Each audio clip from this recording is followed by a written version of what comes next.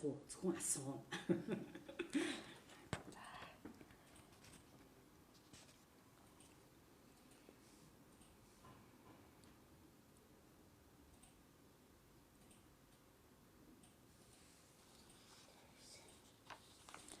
За сайн байна уу? Танд энэ өдрийн мэндийг хүргье. Тэгэхээр бидний яриа бол энэ ковид цар тахлын одоо тоо нэмэгдсэн нас баралт нь нэгсэж байгаа ийм үед бол явагдаж байна. Тэгэхээр өнөөдрийн нөхцөл байдлыг та юу н яаж харж байна? Тэгээд одоо энд наадам хийхгүй гэдэг маш олон юм одоо тал дээр ингээд хүмүүс талцчихлаа шүү дээ. Тэгэхээр өнөөдрийн нийгмийн байдал дээр та ямар байр суурьтай байна вэ? Тий. Яг сая нэг сонгуул гээд нэг юм өнгөрчлөө. Одоо наадам гээд тэгээ наадам дээр бол ерөөсөө төр ард түм хоёр талд гарчлаа гэсэн үг. Нэгдмэлвш болчлаа гэсэн үг. Нэг ч олон байр суурь алга ард түм бол хийхгүй л гэж байна. Тэр мөнгөөрөө тэр зугаацдаг мөнгөөрөө энэ өвчнөд халтаа энэ ард түмнийхээ амь насыг хамгаалахад одоо зориулаач л гэж байна. Хамгийн зөв шаардлага. Ард түмэн бол одоо төрөөсөө илүү ухаантай болсон ба шүү дээ. Хамгийн зөв шаардлагыг тавьж байна. Нөгөө талд нь төр бол хийнэ. Та нарын өхөл бидэнд хамаагүй. Та нарын өвчин зовлон бидэрт хамаагүй гэдэг ийм байр суурь барьж гин гэж би бол харж байна. Ерөнхийдөө улс орны байдал бол дайн самууны байдалтай л болчихлоо. Ороо бусгаа гэхэд бүр дэндүү ороо бусгаа. Ажин тажин гэхэд бол дэндүү ажин тажин. Энийг надаар хэлүүлтгүү бүх Монгол ахын дүүс маань өөрсдөө харж гин, шаналж гин, зовж гин, ууралж гин, одоо шаардж гин, шахаж гин. Тэгэхээр эндээс юу харагдж байгаа юм гэхээр манай энэ Монгол төр тампуурчлаа. Яг уу 90 оноос 90 он хүртэл бол овоо явж байсан. 90 оноос хойш бол арчил гэдэл нэг баахан гүйлээ, шилжилтийн үе гэж баахан гүгээл, арчил гэж гүгээл, сүүлд нь одоо юу ч болж байна тийм ээ. Ерөөсөө арчил нь ч удахгүй болцсон. Төр нь ч удахгүй болцсон, засаг нь ч удахгүй, ерөнхийлөгч нь ч удахгүй, сонгуул нь ч удахгүй, явж эцэстээ улс орон одоо энэ оршин амьдрахгүй ч удахгүй болж байна. Тэгэл нэг шаналсан, зовсон, инэлсэн ард түмэн л сууж байна. Тэгэхээр одоо Монгол улсын иргэн хүний хувьд, судлаач хүний хувьд бас нэг их эвгээд намын даргын хувьд бол би бол энэтэй бол хэрхэвч нийлэхгүй байгаа. Хизэнээсээ ч нийлээгүй. Аль л тэртээ тэр 1998 оноос хойш л би энэ тогтолцоо, энэ байгаа байдлыг бол эсэргүүцэж тэгээд төр засаг хүн эвдэрч байна. Төр эвдэрхийн дээр эвдэрч байна. Хүн эвдэрч байна. Амьдрал оршихуй эвдэрч байна. Зэрлэгшж байна. Нийгэм зэрлэгшж байна гэдгийг би бол аль тэр 2006 оноос хойш гаргад тавиад энийг засах гарц гаргалгаануудыг өөрийнхөө судалсан энэ Монгол суу ухаан буюу улс төрийн одоо суу ухаан, улс төрийн гүн ухаанаар гарц гаргалгааг энэ тавиад маш олон жил идэвхтэй ажиллалаа. Энтэй тэмцэлтлээ. Эрдэм судалгаагаараа онлоороо судалгааныхаа үр дүнгээр тэмцэлтэж ирсэн. Би гудамжинд гараад жагсаал хийгээгүй ч гэсэн. Гэвчгэл энэ төр өнөөдөр уламл доош. Уламл унсаар байна. Унсаар байна. Аргагүй Монгол төрт ёс гэж их өндөр дээд тэнгэр заяа төрт ёс байсан да. Тэр нь доошилж унсаар байгаа мөртөө л яах вэ? Нэг энд ирж байна. Өндөр байшингаас унсан хүн газарт унтлаа нэлээд цаг орно шүү дээ. Хоёрхан давхраас унж байгаа хүн падгал унчин. Тэрэн шиг энэ өндөр төр доошоо унаад одоо ингээд тэгээ сүүлийн 30 жил бүр идэвхтэй унлаа. Сүүлийн 10 жил бүр хурдтай унлаа. Тэгээд өнөөдөр бол одоо газарт пял гэдээ унах нь л үлдчихэж байгаа шиг, бот үсрэх нь л үлдчихэж байна. Ер нь бол ямар ч хүчгүй, амин чанаргүй юм болчлоо. Тэгэхээр тэр өндөр Монгол төрийг ийм болгосон хүмүүс нь ерөөсөө л энэ Монгол төрийн эрх мэдэлд гарч байгаа болсон. За би одоо зөвхөн хувь хүнийхээ хувьд яаж харж байгаа нэхэр сая ерөнхийлөгчийн сонгуул боллоо. За Батулга гэдэг нэг ерөнхийлөгч буулаа. Хөрөлсөх гэдэг нэг ерөнхийлөгч гарч ирлээ. Зөвхөн энэ хоёр ерөнхийлөгчийн байдлыг л харъя л да. Батулга гэдэг хүн 4 жилд юу хийв?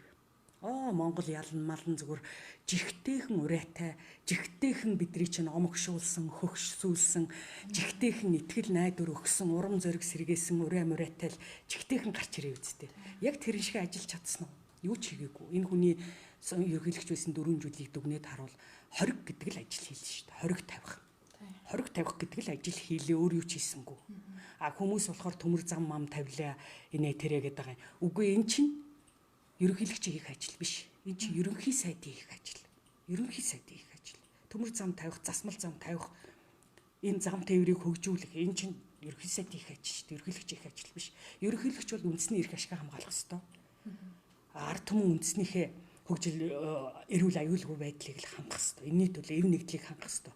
Энийний төлөө л ажиллах ёстой шүү дээ. Ийм л бодлогыг хэрэгжүүлэх ёстой шүү дээ. Түүнээс ерөнхийлөгч нэртэй ерөнхий сайд давхар ажиллаад байвал юу болох юм те? Энэ төр чинь. За нэгдүгээрт. Хоёрдугаарт энэ хүний одоо хийсэн нэг ажил сая үхрийн сүүлэн дээр хутга гिचээр те нэг баахан шагнал тараалаа. Тэр шагнал нь ч гэсэн хөрөлс бүхний сонгуулийн сурчлагаас дутхгүй ковид тараалаа. Тийм үү? Тэгэл тэр шагнал авсан хүмүүс чи хоорондоо үнсэлдэж уралдаал цайлга дайлгаа хийгээл архитал ингэхэр чин одоо бөөнл ковид тарлаа шүү дээ. Бас ковид тарахад бол хувь нэмрээ оруулчлаа шүү дээ энэ хүн. За тэгээд ер нь дараагийнх нь ерөнхийлөх шагнах хөнгө болтол. Тэ шагнах хүн үлдэхгүй болтол шагнчлаа шүү дээ тий.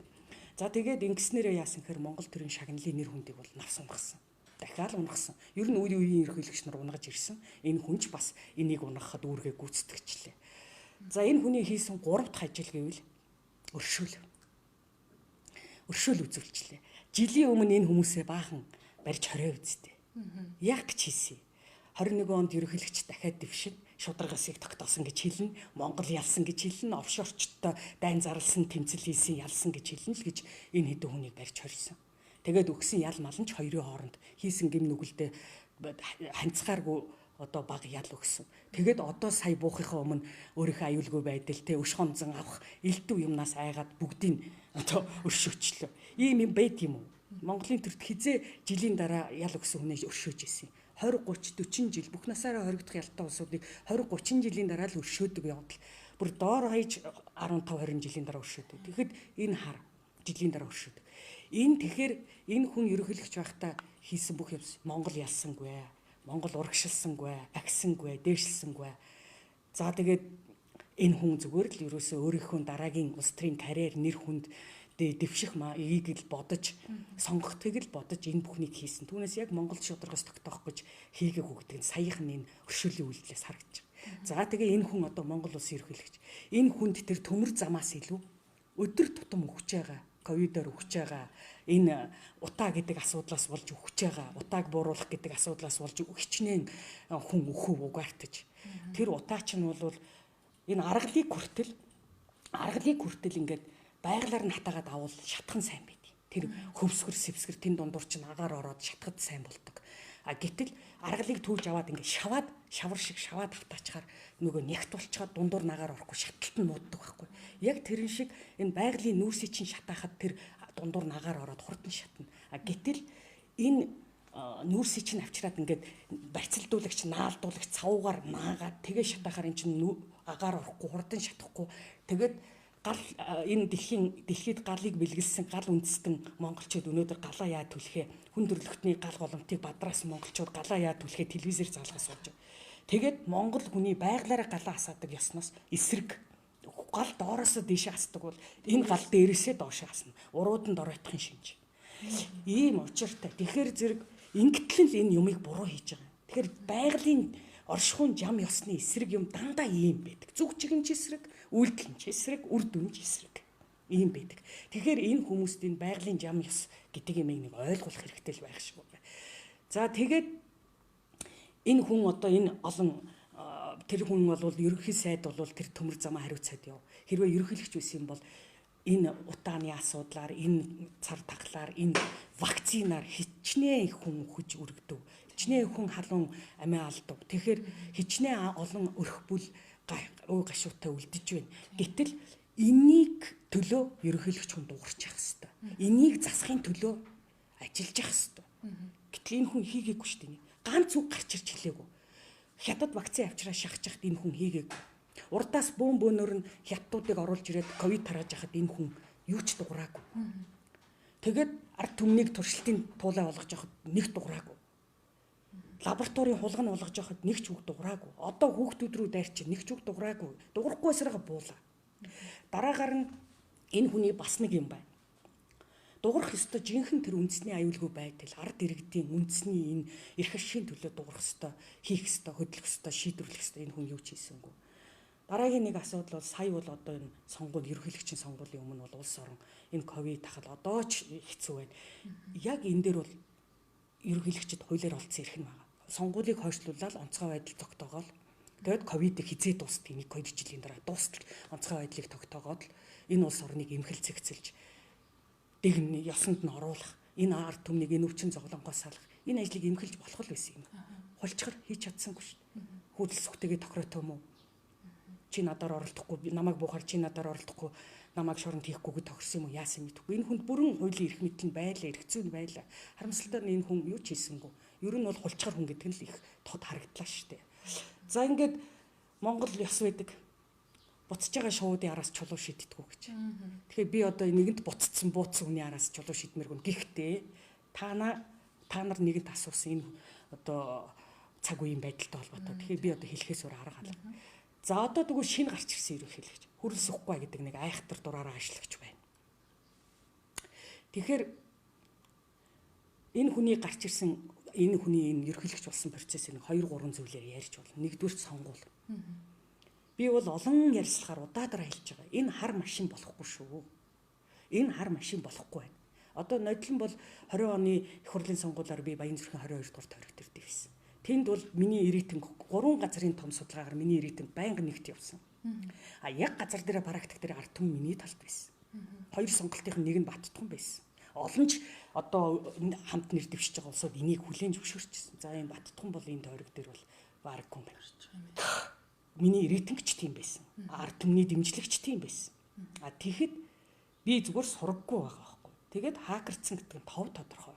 Саран чимэг мемик гэж ерөөсө сураггүй хүмүүс гараад ирж байгаа байхгүй. Бүр ард түмний дургуутсэлтэй одоо учирцсан тийм хүмүүс гараад ирж байгаа. Тэгэхээр энэ би юу хэлэх гэж байгаа гэхээр өөрийгөө магтаж байгаа юм биш би. Зүгээр л би өөрийнхөө жишээн дээр хамгийн ойрхон жишээн дээр ярьж байгаа. Зүгээр л хакер байсан. Тэрнийг сая тэр шүглүүлэгч ган очирчлуу нэг залуу гарч ирээ хэлчихлээ. Бүгдээрээ сандраал хэдэн өдөр цагдаа тагнуулна сүргээр хөдөлж байгаа бол барьж аваад эрен сурвалжж байгаа барьж аваа. Нөгөөх нь алга болсон ч юм аа. Хойч уу ухаантай болцсон байхгүй. Энэ буруу бодол юмтай чинь нийлхээ бэйдсэн байхгүй. Өнөөдөр хүчин давтаа чимээгүй амаа чимээдэг ч гэсэн маргааш хилдэг л болцсон байхгүй. Энэ хойч уу чи ариун сүнстэй шүү. Бидний үеийн шиг харахгүй сүнстэй биш. Гэрэлтэй сүнстэй, ариун сүнстэй. Тийм учраас энийг чинь таалахгүй байна. Эх орон тэр жигтэй хохирж байна. Хэдхэн хүн завшиж байгаа гэдгийг харж ш тэр хүүхдүүд. Тэгэхээр яг гэд энэ төр засаг энэ цагдаа тагнуул тэр ганц жоохон залуугаас юунаас нь айгаад байгаа юм. Тэр залууд байгаа түүний өгүүлж байгаа үннээс л айгаад байгаа байхгүй. Үннээс л айж байгаа. Ерөөсөө үнэн л хүнийг айлгадсан шүү дээ. Тийм учраас тэр хүү бол батлаад өглөө. Тэгээ манай Баянзүрх дээр 2 тойрог дээр дэвсэн 6 хүн байгаа. 4 дэр бумыг өгөх гэж байгаа болоо 7 дэр бумыг нэхээ 7 дэр бумыг олж өгөөд бүгдээрээ офтоор гарсан гэж байгаа байхгүй. Энд чинь тодорхой байгаа байхгүй. За нэг иймэрхүү. Тэгэхээр яг тэрэн шиг энэ саяын ерөнхийлөгчийн 21 оны ерөнхийлөгчийн сонгуульд яг ингэж явлаа. Зүгээр л хакер байлаа. Энэ ард түмний сонголт биш. Ард түмэн бол асар дургуй, бүр саналаа өгөх, сонгуульд оролцох идэвхгүй, урамгүй, итгэлгүй болцсон. Тэгээ тийм учраас тэр сонгуулийн байрлал алхаж байгаа хүн дэндүү цөөх. Би цонхоор хараад байлаа. Манайх их өндөртүүд цонхоор харлаа. Тэр сонгуулийн байрлал өглөө 11 12 цаг хүртэл нэг хэдэн хүн явлаа. Тэгэл ерөөсөөс ганц нэг өдрийн очих хүн очиж. Ийм байна. Тэгэл ямар их мөнгө хаяв. Одоо 200 мянга гайл ингэж байна. За ингээд энэ хүн энэ сонгуулийг бол зүгээр улаанлаа хувираад. Одоо тэгээ Монголд бол энэ сонгуул Монгол гэдэг чинь зүгээр нэг нэр төдий болцсон байна шүү. Ерөөсөө сонгуул жинхэнэ сонгуул явагдахгүй. Зүгээр нэр төдий. Луврын процесс болцсон. Энийг ч би олон удаа хэлж байгаа. За ингээд энэ одоо орон нутгийн сонгуульч байна, их хурлын сонгуульч байна, ерөнхийлөгчийн сонгуульч байна, 12 оных нь байна, 16 оных нь байна, 21 оных нь байна. Ерөөсөө бүгд ийм луврын үйл ажиллагаа, зохион байгуулалтын үйл ажиллагаа болчихж байна. За ингээд ард түмний хүсээгүй төр байгуулагдаж байна. Ард түмний хүсээгүй хүн ерөнхийлөгч болж байна. Энэ бол хамгийн эмгэнэл. Ард түмэн чинь хамгийн ухаантайгаа, хамгийн чадалтайгаа ерөнхийлөгч болгож толгойдоо оройдоо төрийнхөө орой залж төрдөө залж ингэж тэдрийг хаар тэдрийнхээ зөв шийдвэр юмыг алга ташин хүлээж ав дэм хөхүүлэн дэмжиж явдаг. Гэтэл энэ тогтолцоо алдагдаад ш төрт явсны. За нэг юм. За дараа нь энэ хүний ерөнхийлөгч болоод тангараг өргөх процесс байна. Энэ хүний тэр ерөнхийлөгчийн тангараг өргөсөн процессыг гадаад эпир дотоод эпиргээ 2 хуваач. Тэ? За гадны орчинд яасан? Хүрэл сүг шиг ард түмний дэмжлэггүй, нэр хүндгүй, үн цэнгүүгээр ерөнхийлөгчийн судал суусан ерөнхийлөгч өмнөх 5 ерөнхийлөгч дотор байхгүй. Тийм ч учраас энэ нөгөө сонгуулиар хулгай лөөвөр хийцэн ард түмний маш хатуу эсэргүүцэлтэд тулгарч байгаа учраас эн чинь айгаад гөлөгнүүд нөгөө гэмт хүн гэлбэлцэн гэчээр айгаад гөлөгнүүд гадаа танк зэвсэг зогсоогоод баахан цэргээр хүрээлүүлээд бүх зам гарцыг хаагаад зүгээр инээдтэй болж байгаа байхгүй ёо ямар инээдтэйгээр ерөнхийлөх сууж байна. Эний чинь дэлхий харж штэ ажиглаж штэ 3 сая монгол биш эний чинь дэлхий ажиглаж ямар өрөвдөлтөө ёо тэгээ тэр дуурайдаг Путинтэйгээ өөрийнхөө энэ процессыг харьцуулаасаа ямар өрөвдөлтөө ямар ядарсан ямар ядцсан ерөнхийлөгч болж байгаагаа тэр хүн ойлгохгүй штэ. За тэгээд гадна талд нь ард түмэн тэр чигээр эсэргүүцэлтэй дэмжиж байгаа хүн нэг ч байхгүй. За тэгээд өөрөөс нь нэг хоногийн хоолой залгуулдаг улын долоогчд ийм л хүмүүс л тэр хүнийг нэг дэмжиж байгаа шүү. За тэгээ нөгөө талд нь дотор эпирийн авдаа. Тэр дангараг өргөж байгаа тэр танхим доторх эпирийн хар. Ямар ч Монгол төрийн сүр хүчийг илэрхийлсэн, Монгол төрийн цог золбааг харуулсан, Монгол төрийн тэр хөгсөнгүү, баясангүү, бадрангуу чанарыг илтгэсэн тийм үйл явц болсонгүй тэр. Ард нь пооноолоо сууж байгаа хэдэн их хурлын гишүүд нь бүгдээрээ нүгэлдээ дарагдцсан, бүгдээрээ бараан хар царайтай, бүгдээрээ гунигийн царайтай, бүгдээрээ бодол дарагдцсан, бүгдээрээ одоо ийм хар муу энергитэй. Надад бол тэр ерөнхийлөгчийн тангараг өргөж байгаа танхимын дотоод эпир шууд мэдрэгдсэн телевизээр хараа сууж байгаа. Зүгээр л маш хүйтэн энерги тэнд байгаа. Маш бараан маш хүйтэн. Арга бус дандаа нүгэлдээ баригдсан улсууд тэнд ороо суудсан юм чинь бөөнөрөө. Тэгээд нөгөө хөрөл сүхэн нь болохоор яаж юм? Ард түмний өрөөт өвчин зовлон үхэл шарилаар улаан хэвс хийж тэр ерөнхийлөгчийн синтед хүрлээ шүү дээ тэр хүн. Тэгэхээр тэр хүн ямар олигтой энергитэй байх вэ? Ямар олигтой хямар сүлттэй байх вэ? Тэгээд ерөнхийлөгч болж байгаа тангараг өргөж байгаа юм чи тэр хажууд нь пооноолоо сууж байгаа хэсэг нь бүгдээрээ хар энергиндээ даруулсан тэр тасалгааны энерги бол зүгээр нэг хүйтэн харанхуй хар энерги харагдаж байгаа байхгүй. Тэгээд үйл явцсан та нар энэ нэг наадмынхаа нээлтийг нэг санаж та. Оо тэр 9 цагаан сүлд орж ирээл нөгөө гоё хамгаалтын цэргүүд бариал морио унаал ард түмэн гоё хувцас өмсөөл баярлсан сэтгэлээр тэр наадмын талбай ингэхэр ямар баяр ёслолын сүр хүчний хямар цог залбоо мэдрэгддэг үлээ тэндээс зүгээр телевизээр харахад мэдрэгд. Гэтэл саяын тэр ерөнхийлөгчийн тангараг өргөх ёслол тийм болсонгүй. Зүгээр л ийм ухмал бүгдээрээ гонигтай бүгдээрээ нүгэлтэд дарагдсан бүгдээрээ хар энергиндээ дарагдсан. За ингээд дотоод эпир ийм байлаа. За тэр хүний өмссөн хувцсыг хараа. Одоо Баттулга хөрөлсөх хоёроос ихсүүлээд энэ ерөнхийлөгч хүн гэдэг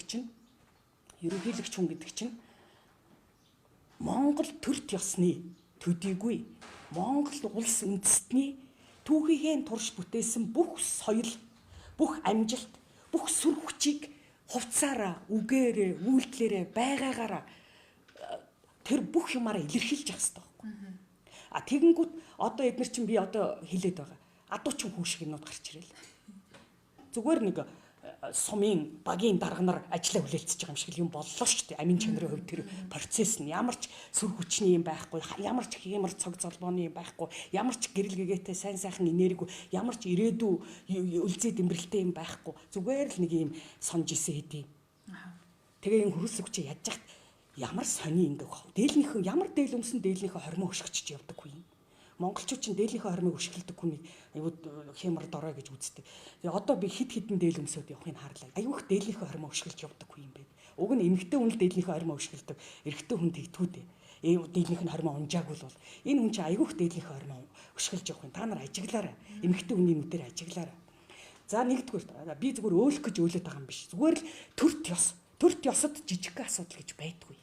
Төрт ёсод жижигхэн асуудал гэж байдгүй. Тэгээд тэр ерөнхийлөгчийн тангараг өргөх ёслол миний нүдээр харахад ямар ч гэрэл гэгээтэй байхгүй, энерги байхгүй, ирээдүй байхгүй, үлзий дэмбэрэл байхгүй, хямар сүлд байхгүй, цог золбоо байхгүй, сүр хүч байхгүй нэг юм хөдөөний сумын багийн дарга нар ажиллаа солилцож байгаа юм шиг болоо. Тэгээд тэр дээл хувцсанд нь тэр ерөнхийлөгчийн тангараг өргөж байгаа процессд нь ямар ч Монгол төрт ёсны тэр уламжил шингээгүй. Ногоон өнгө Монгол төрийн өнгө биш. Ногоон өнгө Монгол төрт ёсны өнгө битгий хэл одоо Монголын одоо олигтойхон чимний өнгө биш. Бидний хүүхэд байхад онц дүнг улаанаар тэмдэглэдэг, сайн дүнг хөхөр тэмдэглэдэг, дундыг ногооноор тэмдэглэдэг, мууг хараар тэмдэглэдэг байсан. Тэгэхээр ногоон өнгө бол монголчуудын мандан бадрах өнгө биш байхгүй юу? Тэр цагаан, хөх, улаан өнгө ордог. Гэтэл тэр хүн цайвар ногоон өнгийн дээл хоц өмсчихжээ. Монгол төрийн үлзий дэмбэрэл, төрт ёс, уламжил, соёлд огт таарахгүй өнгө. Гэхдээ тэр ихнэр ямар мэдрэмжгүй байна.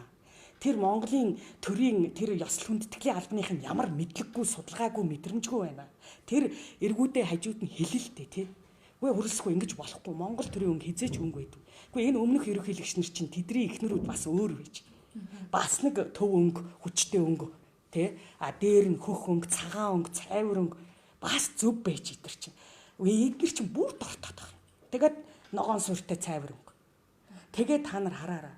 Монгол улсын ерөнхийлөгч хүн гэдэг чинь, Монгол улсын хаан хүн гэдэг чинь, төрийн тэргүүн оршуучлагч, манлайлагч хүн гэдэг чинь хэлж байгаа үгээрээ, хийж байгаа үйлдэлээрээ, гаргаж байгаа шийдвэрээрээ, үйл хэрэгээрээ том байдаг байхгүй.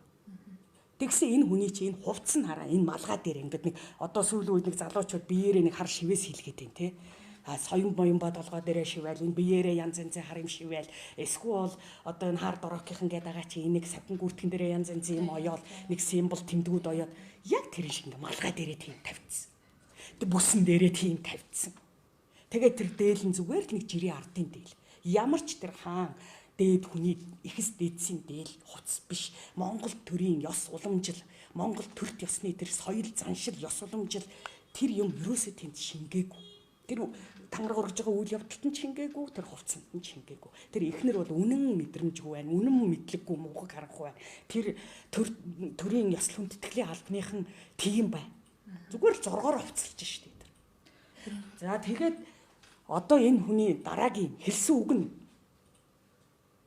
үгийг аваад үз та нар. Зүгээр Монгол улсын ерөнхийлөгчийн үг биш. Ерөнхий сайдын ээлжит аж ахуйн амлалт байлаа. Ерөнхий сайдын ээлжит аж ахуйн амлалт байлаа. Ямар ч мөнгө захиран зарцуулах эрхгүй хүн энэ хүн. Тэгэл тийм барилга барин, тийм хүүхдийг гадаад сурган, тийм. Юу вэ? Эн чинь бишээ хөөе. Тэгээ тэрийг язгант нөгөө ардлынх нь нойрмгууд алга ташаад ингээд сууж байгаа. Бишээ энэ ерөөсөө миний нүдээр би өөрөө энэ Монгол суу ухаан, мөнх тэнгэрийн ухаан гэдэг Монгол хаан ухаан, хатуу ухаан гэдэг энэ төрт ёсны ухаануудыг судалсан болохоор Монгол төр яаж явж ирсэн бүх юмыг судалсан болохоор эн чинь ерөөсөө миний нүдээр болж байгаа нэг ч дээл хувцснаасаа эхлүүлээд хэлж байгаа үг, байж байгаа байдал, биеийн хилэмж, тэр ухааны хилэмж ерөөсөө юу ч болохгүй. За тэгээд зүгээр дүгнээд хэлье энэ тангараг өрөх ёслыг. Энэ хүн яриул олон юм ярин зүгээр цаг хэмнээ хоёулаа сонсож байгаа хүмүүсийг залхаагач яах. Зүгээр энэ хүн бол Монголын ард түмний өр өт өвчин зовлон үхэл шариллаар улаан хевсгийж ерөнхийлөгчийн суудалд чадан ядан ойртлоо. Энэ хүнээс юу хүлээх юм? Тэгээ энэ хүн чинь хувь хүнийх нь хувьд харъя. Хувь хүнийх нь хувьд аваад үзэхээр энэ хүн чинь сурсан мэдсэн юм байхгүй. Гэгэрсэн сэхэрсэн юм байхгүй. Хийсэн бүтээсэн юм байхгүй. Ажилсан хөдөлмөрлсөн түүх байхгүй. Монголын төлөө зүтгэсэн босгосон юм байхгүй. Байгуулсан бүтээсэн юм байхгүй. Зүгээр л хар залуугаар ардын нам гэдэг ямиг бараадаа л тэгэл тэр юугаар ингээд яваад улс төрийн замаар ингээд хожоод амьдэрсэн юм л хүн байгаа. Тийм учраас энэ хүн чинь ухаарч гэгэрсэн ч юм байхгүй, ойлгож ухааж томоочсон ч юм байхгүй. Зүгээр л ийм сагсуурч өнгөрсөн салбайч налбайсан нэг ийм хар тархитан харанхуй сүнстэнд л байгаа байхгүй юу. Тэгээд ороогоор жорон гэчээр хүрэлс хүн ямар байна? Тэрийг тойрсон оюун эрдэнэ, амар сайхан нь, сумьяа базар нь, эрүүл мэндийн сайд инх болтно. Эднэр нь бүгдээрээ харанхуй сүнстэй хар тархитай болсон. Тэгээ ийм хүмүүсээс бид юу хүлээх юм? Яаж Монгол төр улсыг үндэстнийг ард түмнийг сайн сайхан авч явна болгоно гэж юу хүлээх юм? Хүлээгээд нэмэргүй энэний 6 жилээс юу ч гарахгүй. Батуулахад бид нар яаж итгэлээ. Тэгэд одоо юу хараад энэс юу ч гараагүй. Бүгдээрээ л харанхуй сүнстэй хар тархитай хүмүүс шүү дээ эдгээр чинь. Сая ерөнхийлөгчийн тангараг өрөх ёслол дээр улсын хурлын дарга зандан шатар нэлийн том алдаа гаргалаа, нэлийн бодлоо. Энэ асуудлыг та ер нь яаж харж байна? Юу гэж бодсон? Гэхдээ зөвхөн хувь хүнийх нь хувьд аваад үзэл та их хурлын дарга хүн шүү дээ. Тэгээд дөнгөж их хурлын даргаар томилогдсон биш, өчнөө жил хийцэн. Тэгээ өмнө өчнөө удаа их хурлын гишүүн томилогдсон хүн. Тэгээ энэ хүнийг харал та зүгээр л мэдрэлийн гүн ядаргаанд орчихсон. Өмрөө өгнөл болцсон биш. Юу ч хийж чадахгүй. Тэгээд Яг төр ёсны юм мэдгүй бол цаанаас нь тэр төрийн ёслол хүндэтгэлийн албаныхан гэж нэг улсууд тэр дистара марааг нь бичиж өгдөг юм уу? Тэр сценар төлөвлөгөөг нь гаргаж өгдөг юм уу эн чинь? Төрийн ёслол хүндэтгэлийн алба гэж юу хийгээд байна? Хин энийг ахлаад байна? Манай Монгол төрийн ёслол хүндэтгэл гэдэг бол за их хурлын гишүүдийн тангарага өргөх, шин төр байгуулагдах, засгийн газар томилогдох, ерөнхий сайдууд ажиллаа өгөх, ерөнхийлөгч тангарага өргөх нь бүх процесс, Монгол төрийн бүх процесс, ёслолын хүндэтгэлийн бүх процесс өнөөдөр их сайндаа манжи үеихээр явдаг. 13 дугаар зууны Мандан Бадарч байгаа их Чингис хааны үеихээр явдаг төр ёс манад байхгүй болсон шүү.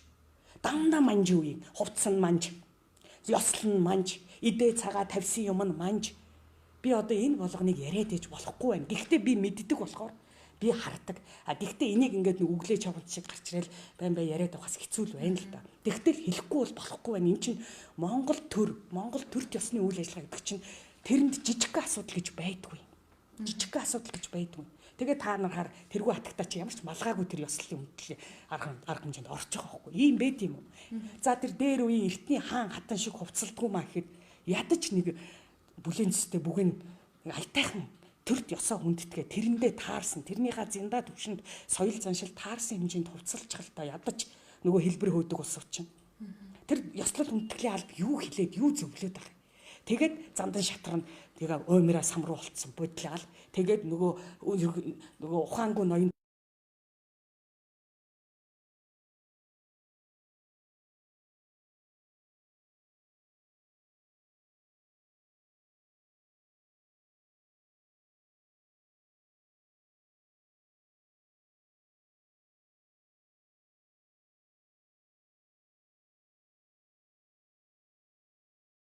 гэдэг ийм хүмүүс нь анзаараад явж ил. Одоо бол арт түмэн нийт даяараа анзаарчлаа. Энэ юусоо биш вэ гэдгийг жирийн ард хүртэл ойлгодог болчихлоо. Тэгээ одоо яаж ингэж хол явах гээд байгаа юм. Буруу юм өнөө маргааштай 1-2 жилдээ л урагш алхдаг шүү дээ. Цаашаа явдаггүй. Энэ зогсдгийн. Одоо угаасаа эдрийн цаг дуусчихна. Ингээ хөрөлцгөөрөө дуусах юм байгаа биз. Тэгвэл ер нь байгалийн жам ёс, энэ орчлонгийн оршихуйн жам ёсыг зөрчсөн улсууд үлийн үрийн данс нь угаасаа зузаарч идэв. Тэгээ үлийн үрийн данс нь зузаарахаар нүгэлгэс гэл нь эртэл юм л та. Тийм.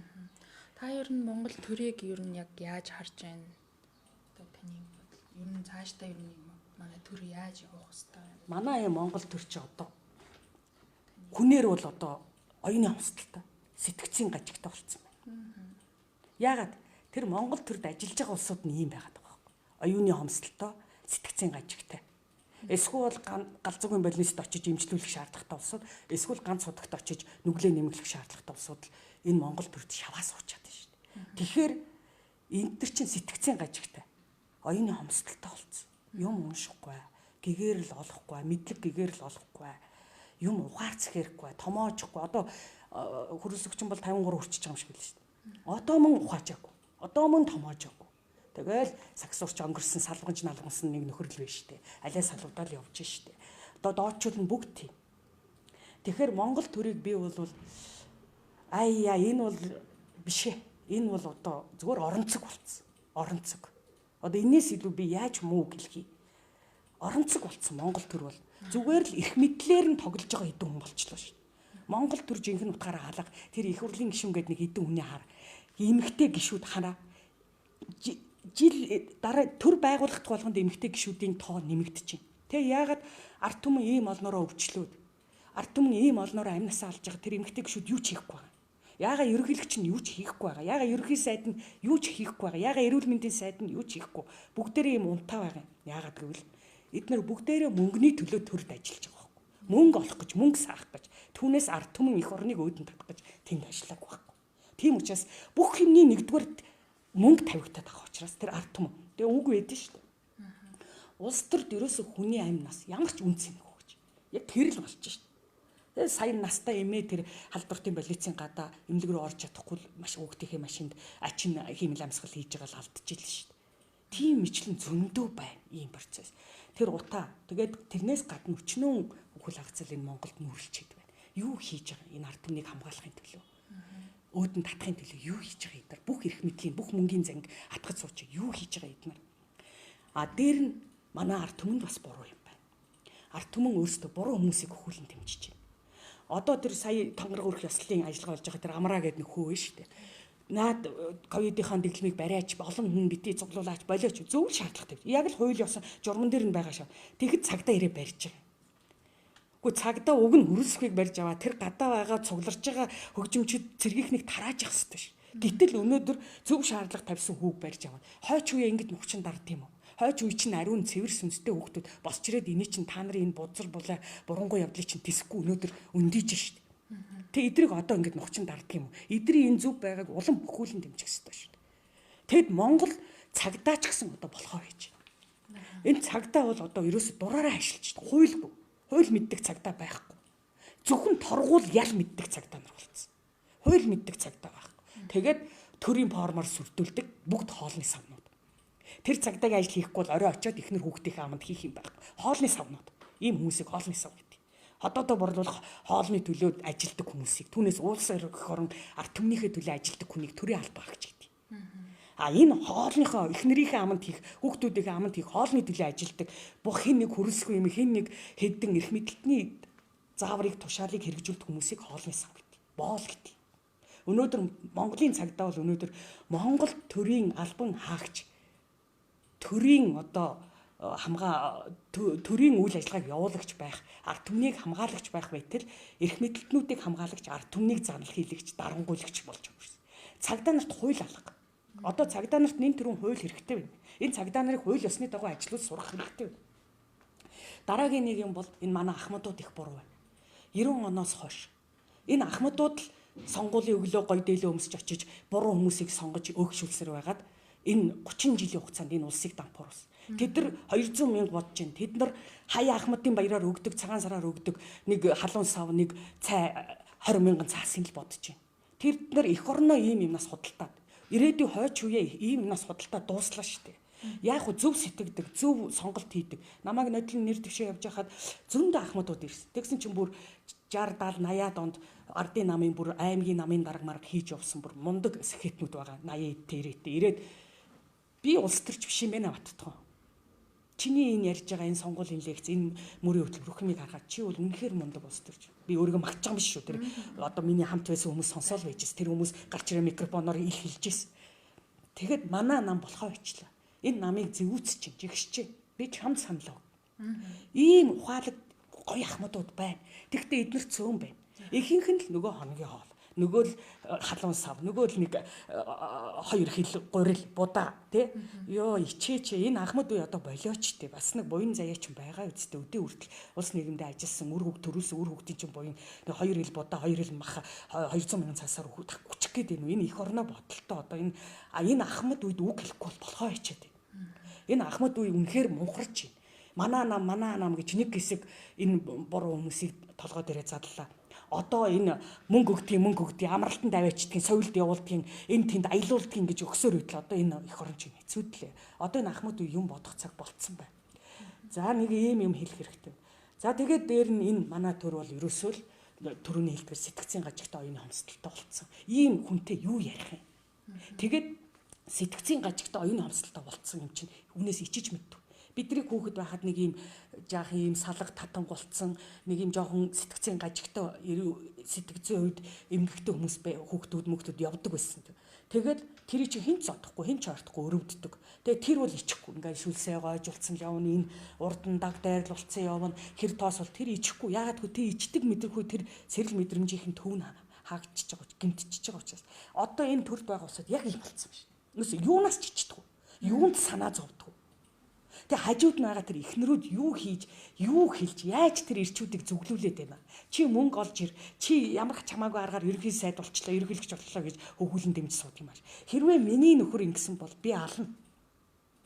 Би цохоод нүдэд алж чадахгүй ч гэсэн би ухаанаараа үгээрээ, гэгэрүүлгээрээ би тэрийг номхруулна. Чи болиочтэй, чи салан гэтэл хүртэл яага хэлж болохгүй байгаа. Энэ Монголын хатад гэдэг чинь тийм л байсан шүү дээ. Эр хүний тэгээд энэ Монгол сууханд хэлдэг юм. Энэ ахуй гэрээ өрх бүлээ бадраагчийг бол их засгаар бадраагчийг бол харц ард гэдэг юм. Ард түмнээ их засгаар бадраагчийг бол хаан гэдэг юм. Харин төрөө өөрийгөө хаана их засгаар бадрагчийг хатан ухаантан гэдэг юм гэж. Гэхдээ тэр хааны алдаа оноо ганц засах хэлэх ёстой залруулах ёстой хүн тэр хатан шүү дээ хажууд нь байгаа. Хатан наа чи алдтаа одоо чи эцэг амьтад болцсон байна. Тэгэхээр энэ хатан хүний өөрөг бол хааны алдаа оноог залруулах ёстой. Хаан хүн бол ард түмнээ одоо бадрааж жаргах ёстой. Харц хүн бол өрхгөрээд бадрааж жаргах ёстой. Энэ чинь үүргэн тодорхой. Тэгээд Монгол суухан хэлд хаан алдах хэрэггүй. Хатан урах хэрэггүй. Харц цөхрөх хэрэггүй. Тэгээ өнөөдрийн Монголын 3 сая иргэн буюу харц цөхөрцсөн.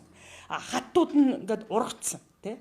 Хажууд хамт олон түмний өмнө телевизийн дэлгэцэн дээр хамт харагддаг боловч одоо сая энэ хөрсөх мөхийн чинь нууц амраг тэр нэг хүн хинч хүнээ нэг онгор хүүхэн мөөхөн одоо энэ телевизээр энэ төрийнхний бүхэл хүнтэй энэ өвөр төрөд орцсон гэл нэг хүүхэн яриалах нэг жоохон л охин байхын нэг жирх шиг юм харагдах юм. Тэгээд юунд нь ч тэр Монгол ирчүүд тэрэнд болдгийн тий. Би бол эр хүн бол тоож харахгүй л хүүхэн байна лээ нэг жирх шиг царай зүсчихгүй гоо үзэсгэлэн ч нэг юм хатсан борцгол хүүхэн. Тэгээ одоо тэдний хойноос яхаар бүгдээрээ гүйдэг. Тэгэхээр нөгөө бүксбөрнийхээ ажилтал байдаг байх л та.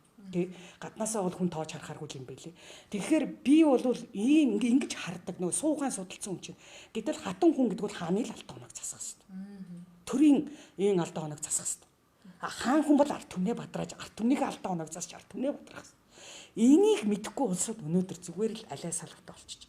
За төрийн дараагийн нэг асуудал гэвэл энэ төр үнэн чадамжгүй боллоо. Энэ төр ерөөсөө мэдлэггүй, чадваргүй, чадамжгүй, удирдсан зохион байгуулах чадваргүй. Одоо хар, ерөнхий сайд оёрдныг хар. Залуу хүн байж дорой дуурсан, доогуур харсан. Ямар ч эрч хүчгүй, хиймар сүлдгүй, цог золбоогүй, гал цоггүй. Хүү ийм хүнээс юу ч гардаггүй, ийм хүн юу ч хийж бүтээдгүй. Монголчууд ийм хүнийг унжижсэн нармайсан юм гэж хэлдэг шүү дээ. Ийм хүнээс юу ч гардаггүй, хийж чаддаггүй. Тэгээ чадахгүй ч гэдгээ өнгөрсөн 4 сар хугацаанд харууллаа шүү дээ энэ хүн. Яг ковидыг ганц юм нь бол ядад вакцин шахаж энэ ковид ч юм бол заа юу. Коронавирус нь тахал биш. Вакцины тахал байгаа. Вакцины тарьснаас хойш Монгол замбраага алдлаа ш. Вакцины тарьснаас хойш Турк замбраага алдсан. Вакцины тарьснаас хойш Бразил замбраага алдсан. Тэгээд эдгээр чи алдаага ухаараа дорн зогсоогоод Орос вакцины аваад бүгд намжчихсан энэ итгэг минь. Одоо манайхаар зүгээр л Орос хятад вакцина зүтгүүлээл хамгийн хорыг авчирч хийж. Энэний ард юу? Дахиад мөнгөний тохироош. Хятадтай хийсэн мөнгөний тохирол явж байгаа. Хөөс ард түмнийг бодсон хэрэг биш байхгүй. За нэг ийм асуудал. За тэгээд энэ оюун эрдэнэ гэдэг хүн бол энэ өнгөрсөн хугацаанд бол ерөнхий сайдаар ажиллаж чадахгүй, хийж чадахгүй. Одоо энэ оюун эрдэнэ нэг Харвард төгссөн гэлээ. Илүүгд орж Харвард төгссөн. Харвард төгссөн, Америкт сурсан, гадаад явсан болгон ирээд хийж чаддгүй гэдэг баталгаа юм. Эдгээр чинь халтар тарихтай. Танахаар нэг нодлын 9 сар төгсөн ажиллагаа би нэг хэлсэн шүү дээ. Энэ шинэ сонгогдсон их хурлын гишүүд, засгийн газрын гишүүд гэж дандаа халтар царайтай юмнууд, халтар сүнстэй, халтар амин чанартай юмнууд. Энэ халтар тарихтай. Тэгээд тэр Харвард очиод дандаа ловри ухаан заалгацсан. Ирээд энд төвшдөхгүй, засахын төвшдөхгүй ажил хийхээр нөгөө хоёр нь зөрчилдөг. Ийм халтар тарихтай юм. Оюун эрдэнэ чи яг л тийм халтар тарихтай. Харвард төгссөн халтар тарихтнууд дэлхийг засахгүй. Монголыг засахгүй, өөдөн татахгүй л гэдгийг баталгаа болчихлоо шүү. Тийм учраас гадаад төгссөн хүмүүст ажил олгоно илүү төрийн албанд авна гэдэг бол энэ Монгол бүрд ортхон шинж. Үндэсний ухаантай, байгалийн ухаантай, уугуул ухаантай ийм хүмүүсээ л авахгүй бол одоо явахаа биз. За дараагийн юм тэр шадар сайд улсын онцгой комиссийн дарга амар сайхан гэж нэг сарьсан баг байхаа шиг нөхөр. Байж байгаа нь сарьсан баг байхаа, хэлж ярьж байгаа нь сарьсан баг байхаа, байж байгаа хийж байгаа ажиллаж амьдарч байгаа нь сарьсан баг байхаа. Сарьсан баг байхаа гэдэг чинь харанхуй амтан. Гэрэл үзэж чаддгүй, гэрэл гарахаараа наран гарахаараа хатаа өгчдөг амтан. Тэр дандаа юмны сүүдэрт ажирна. Тэгээ Монгол бөхчүүд нэг тэр хүнийг би бас нийслэлийн засаг даргуулснаас нь хойш ажиглалаа. Тэр хүний хэлж ярьж байгаа, хийж байгаа энэ байдлыг харуул, энэ амин чанарыг харуул. Тэр хүн асар цалтай. Асар мэгчин. Одоо энэ бөхчүүд нэг ам мэх гэж юм ярьдаг шүү дээ, баян мөх авраг энэ төр. Хоёр бүх ингээд барилдаа зодоглоо тул зогсож жагаад би бинийг ам мэхээр одоо унгаадаг гэж яриад байдаг. Тэр бол тийм ам мэгчин. Та нар ажилласан бол 4 сард үлээ 5 сард нэг мэдээллийн урсгал гэдэг нэг юм хэд хоног явлаа ш. Тэнд одоо Монголын толгой хамгийн сайн л шилдэг сэтгүүлчид тэнд байсан 4 сэтгүүл. Тэгээд амар сайхны ороод амар сайхан чинь толгойг нь эргүүлсээр амар урт ярина, удаан ярина. Юурээс асуудал тодорхой хариулт өг. Эргүүлсээр байгаад тэр 4 сэтгүүлч амаа ангаагаад тэгээд амар сайхан тэнд ялагч болоо гарчиж байгаа. Би тэгж харсан тэнд. Зүгээр л юм ам мэгчин. Ерөөс ам мэхэндээ хүнийг унгаадаг. Тэгээд тавьсан асуултыг марттал өөр юм ярьдаг. Ийм. Тэр бол ерөөсөө олигтой юм гарахгүй тэр хүмүүс. За эрүүл мэндийн сайд инх болдгоод нэг зөв монголчууд хэлдэг шүү дээ. Усгүйсэн нүдтэй ийм нуухан нүдтэй улсуудаас юу ч гар. Ийм хүмүүс хизээч олигтой юм бид. Манай аав хэлдэг гэсэн. Миний хүүхдүүд тухаараа харсан. Газар шигаасан хүмүүсээс нэг болгоомжилж яваараа. Муу хүмүүс байд. Усгүйсэн нүдтэй. Уйлах гэж байгаа юм шиг нөлөмсөн цэглэгцсэн юм шиг ийм усгүйсэн нүдтэй. Нуухан нүдтэй улсуудаас нэг айж яваараа. Болгоомжилж яваараа муу хүмүүс байд юм гэж. Манай аав хэлдэг гэсэн. Дараа нь амьдрал дээр гараад үзсэн яг л тийм байсан. Одоо энэ эрүүл мэндийн сайд чи яг тийм. Энэ ийм олигтой хүн байдгүй ийм хүмүүс. Ийм хүмүүсээс олигтой юм гардагчгүй. Одоо намайг хүмүүс хувь хүнлүүн дайрчин гэх баг. Хувь хүнийг ярихгүйгээр төрийн албыг ярьж болохгүй байна. Ягаад гэвэл төрийн албыг чинь хэн оч хийхээс хамаарат байна. Өнөөдөр дэлхийд байгаа энэ төр төсийг хар. Хувь хүн нь Путин шиг хүчирхэг зөв шудраг хүн гараад ирэхээр улс орон төрийн албан ингэж явж байна. Сайн явж байна. Манайх шиг энэ хүрэлсэхүйн дагуулууд нохоо тавиулууд гээд нэг ийм оюуны хомсдолтой юмнууд гараад ирэхээр зэрэг ийм үлбийсэн тухаараа харсан дороо дугарсан доогуур харсан ийм ус гүйсэн нуухан нүдлсэн ийм усууд гараад ирэхээр энэ төр чи явахгүй байна. Угаасаа хүний тэр дотор буй бүхэн гадна буй гэж үг өгдөг. Тэр дотор ямар амин чанар вэ? Тэр нь нүүр царай, нүд гал бүх арьс өнгө бүх юм дээр нь харагддаг шүү дээ. Тийм болохоор монголчууд ч нүүрэндээ галтаа нүдэндээ цогтоо гэж ярьдаг нь тэр нуухан нүдлэг хүмүүс хэлдэг. Энэ эрүүл мэндийн сайдаас юу ч гарахгүй, энэ чадахгүй ч гэдэг нь харагдаж байна. За харин энэний чи өмнөх тэр мөнх сайхан чи аюулын мэрэгжил мэдлэгтэй овоо байсан юм биш үү? За дараагийн энэ нийслэлийн онцгой комиссийн дарга. Нийслэлийн захирагч гэдэг байгаа сумья газар зүгээр л бүх барилдаж явсан. Сурсан мэдсэн юм юу ч байхгүй, хийсэн бүтээсэн юм юу ч байхгүй. Босгосон бүтээсэн юм юу ч байхгүй. Хов хоосон нэг шалдан банд гэж үг байдаг та. Шалдан банд гэдэг чинь мэдсэн юмгүй, сурсан юмгүй, төгссөн сургуульгүй, өвөрлсөн дипломгүй, хийсэн бизнесгүй, олсон орлогогүй, авсан эхнэргүй, гаргасан үр хөвгтгүй. Юугүй амтныг шалдан банд гэдэг. Энэ сумья газар яг тийм. Ловрийн аргаар яг хоо энэ тэндээс нэг хэдэн цаас олж авсан баг. Байгаан юм нэг ловраар олсон хар хэдэн цаас л байна. Тэгээд энэ лов сумья газрын тэгээ нэг юм чухал царай гаргаад дөрдөө орцсон бүр. Ямар живжигч юм бэ? Дөрдөө орцсон хамсгоо зангидаа чухал царай гаргаад ингээд. Та нэг хоолойгоо шахаад нэг даргын байдлаар хэлбэр үзүүлээд. Яг хийж байгаа ажил байхгүй. Одоо харин тэр 4 сард тэр маршал таавны тэнд очиод энийг задл, энийг онгоолох, энэ гарцтай болов. Хаа байна? Одоо хэрэгцсэн хаа байна? Сая хэдхэн хоногийн өмнө мэдээгээ тэр гараагүй яв янзаар явчих. Сэтгүүлчд очиод сурвалжлаа. Ийм ам ажил хоёр нь алд зүрдэг. Би тэгээд энэ сумья озрыг бол амныхан салиан арилаагүй хүн байна. Чэжнийхэн салиан арилаагүй хүн байна гэж харж байгаа.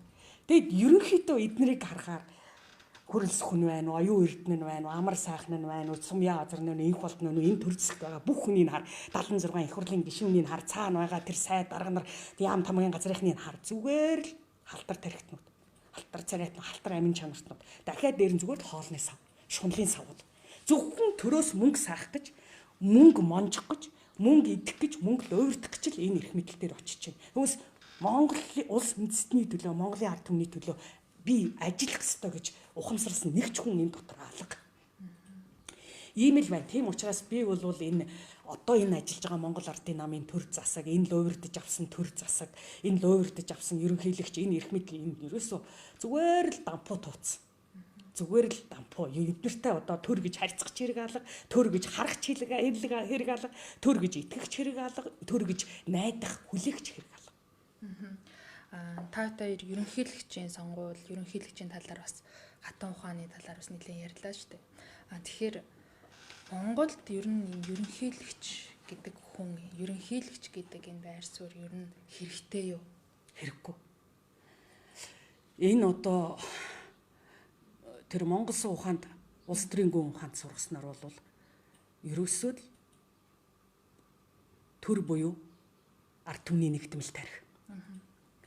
Нөгөө талд нь тэр нэгдмэл тарихаас гаргасан шийдвэрийг хэрэгжүүлдэг хамтын засах уу. Ийм л юм байдаг. Тэгэхээр зүгээр энэ төрт ёсыг ойлгохын тулд маш энгийн. Зүгээр өрх гэрийн амьдралыг л аваад үзчих. Бат гэдэг өрхийн тэргүүн, цэцгээ гэдэг их нэртэй тэгээд 3 хүүхэдтэйг амьдардаг. Тэр айлыг л аваад үзье. Энэ нэг өрх бүлийн хувьд. За тэгвэл тэр өрх бүл хаашаа явах уу, яах уу, ийх үү гэдгийг өрх бүлийн хурлаар шийднэ. Аав ээж орно. Дээр нь одоо 3 хүүхэд нь орно. Ингээд тавуулаа суужгаад, ширээгээ тойр суужгаад өрх бүлийнхээ асуудлыг яриад шийдвэрээ хуралдаанаараа гаргана. Тэр өрх бүлийн хувьд парламент нь энэ байхгүй. Энэ хурал байхгүй. Энэ хурал. Эн чинь харахад процесс нь хурал харагдаж байгаа боловч цаана утга нь агуулга нь амин чанар нь юу юм гэхээр нэгдмэл тарих. Тэр айлд байгаа 5 ам бүл тавуулаа тархиа нэгтгэж байгаа.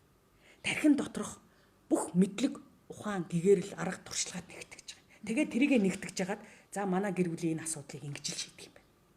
Одоо тэгдэг шүү дээ. Одоо манай гэр бүл лав тэгдэг. Ингээд нэг том асуудал тулгархад хэдийгээр би одоо ах トゥ 8 үлээ. 8 өөр айл юм.